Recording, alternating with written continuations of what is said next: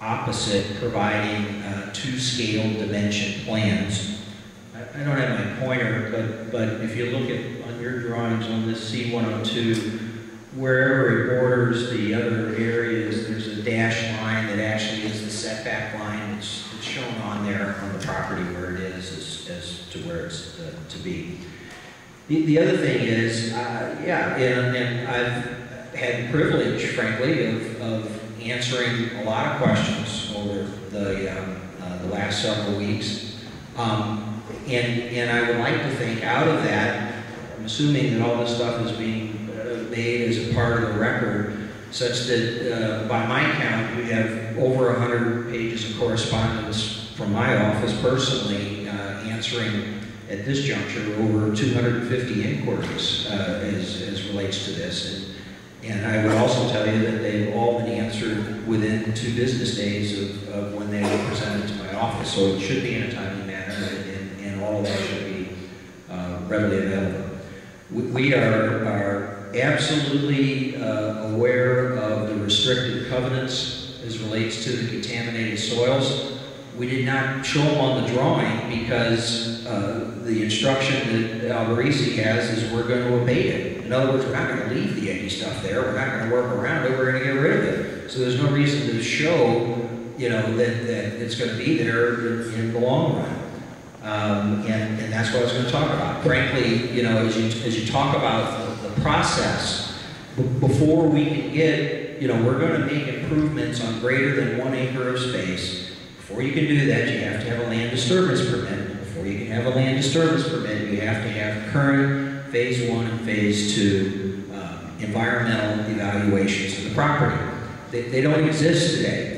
There was a minor phase 1 that was done as a part of the closing documents. Other stuff has to be done. So we are going to trust and we are going to verify in that there has to be a comprehensive assessment of the conditions as they exist today. We don't get a get out of jail free card because it's something that PPG did 50 years ago or 60 years ago. It's the existing conditions, where it is as is, and it will have to be abated to pull that off. So my concern is that there's some difference of opinions where we have, and would like to think, make every effort to ask and answer how these issues should be handled. The same thing as relates to the demands on the municipal services, the traffic study, all of that type of stuff. We did ask and we were advised by staff that there were no other studies that needed to be done because of the information that we already passed along as relates to do that.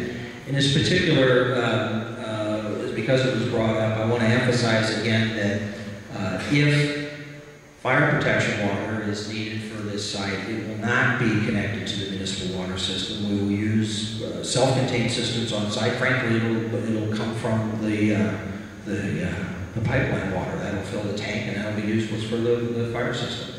And as relates to the sewage system, staff has described to us that there are issues of the current lines that are under capacity. We have said before that, in fact, our drawing shows that we will be putting in a lift station on site, and we're prepared to pipe a force main or a connection all the way down to the sewer plant if that's what it takes to make sure that there's no impact on the municipal systems there.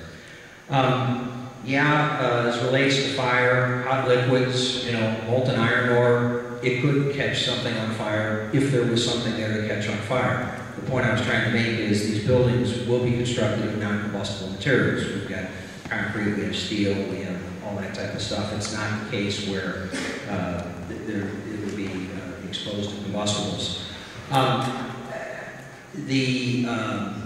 This issue about the enumeration of all of the various minerals, I'm not sure how we got off track on this, but I think I've answered the same question probably no less than 15 times in the last 2 weeks.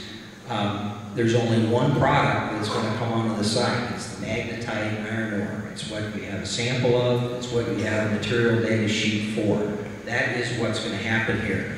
And in any business, forget whether it's Wings Enterprises or Alvarezi Constructors, any business you want to do, you know, you are continually inspected and have to be in compliance with occupational safety and health standards. You're inspected for it. If you know, anybody could say they're going to do one thing and do something else, and there are safeguards to come back and do that. And I guess the point that I'm trying to make is that's, in my opinion, and the city attorney would need to confirm this, something that's outside of what we're talking about today. I'm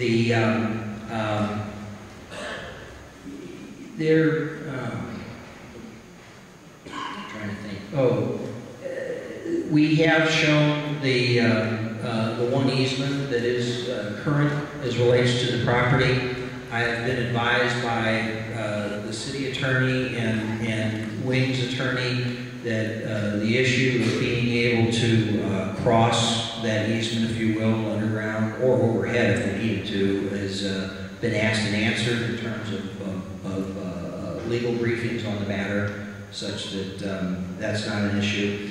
You know, jobs are important. I think it's a big part of the community. However, I chose not to answer that question only as it was presented to me, because it's not in the city ordinance where it's a requirement, and it's outside the jurisdiction of, in essence, what I've put into the permit.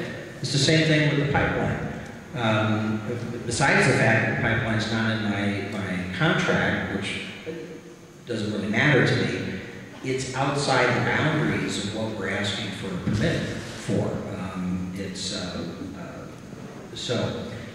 Phased development has been brought up a couple times. That was probably as I explained in my presentation to the City Council on the 26th, that was probably a bad choice of words from the standpoint of not communicating clearly. There's one permit, there's one project, there's one building permit that we're going to ask for and we're going to pursue. And at this juncture, there's probably no advantage to trying to take temporary use and occupancy of any portion that completes ahead of another. I have terrible handwriting.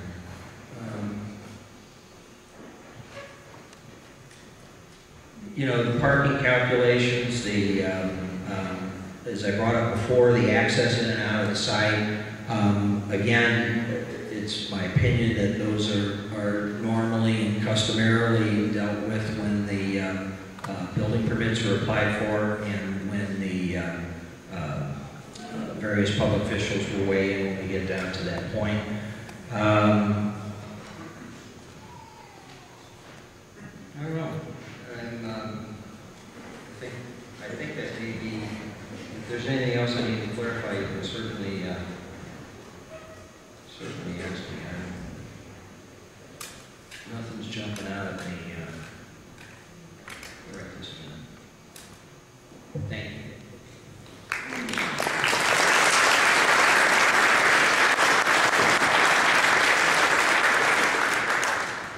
Mr. Moon here?